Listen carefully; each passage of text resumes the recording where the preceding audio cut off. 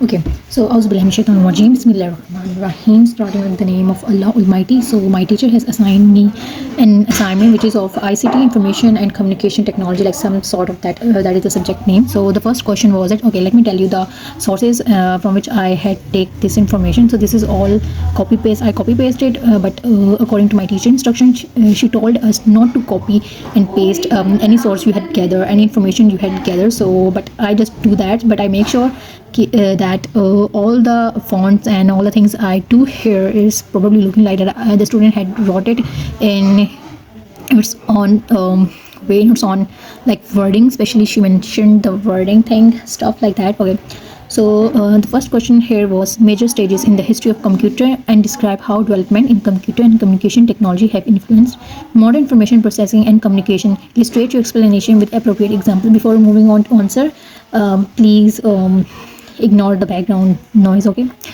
the history of computers began with the primitive designs in the early 19th century and went on to change the world during the 20th century. It can be broadly divided into several major stages marked by the significant technological advancements. Okay, the evolution of computer. So basically, I'm reading it. I'm reading it just to make sure that it doesn't look like that I had copy pasted. Maybe it will slightly look like it, but I don't have time, so I just do this. Otherwise, I will probably write in my own wording. But I have to submit tomorrow, so I had to done it by now. And yeah, okay. The evolution of computer from gears to the digital age. The story of computer isn't just about machines, it's about our journey from simple counting to a world where technology is everywhere. Here is a breakdown of how we got here and how it changed our life. The early foundations, mechanical and conceptual. Long before silicon chips, people used gears in the 1600s. Inventors like Blaise Pascal and Gottfried Leibniz built mechanical calculators.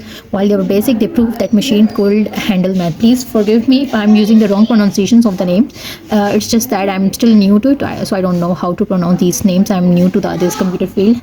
Yeah, by the 1800s, Charles Babbage took this further with his analytical engine. Even though it was never fully built in his time, it was the first design to include modern ideas like loops and program controls. Around the same time, George Bullock created Boolean algebra and the mathematical logic true and false that actually allows modern computers to think today. Okay, next is the birth of electronic computing.